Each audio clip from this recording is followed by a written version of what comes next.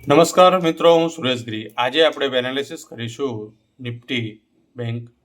જે પ્રકારે 302ની ઉપર આપણું બાઇંગ છે અને ઓપનિંગ થાય છે 122, એટલે મતલબ 122 પોઈન્ટ પ્લસ ઓપનિંગ થાય છે.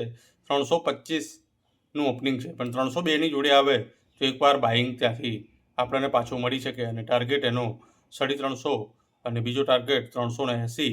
આ રીતના આપણા બે ટાર્ગેટ રહેશે અને એની ઉપર ક્લોઝિંગ કરે તો આગળનો ટાર્ગેટ એ ઓપન થઈ શકે.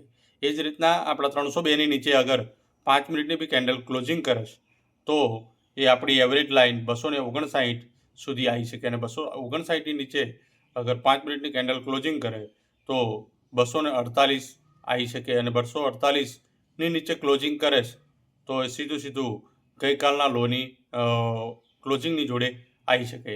એટલે આજનું એનાલિસિસ આ છે. આપણે આજે પોઝિટિવ રહેવાનો પ્રયત્ન કરીશું. જય હિન્દ, જય ભારત.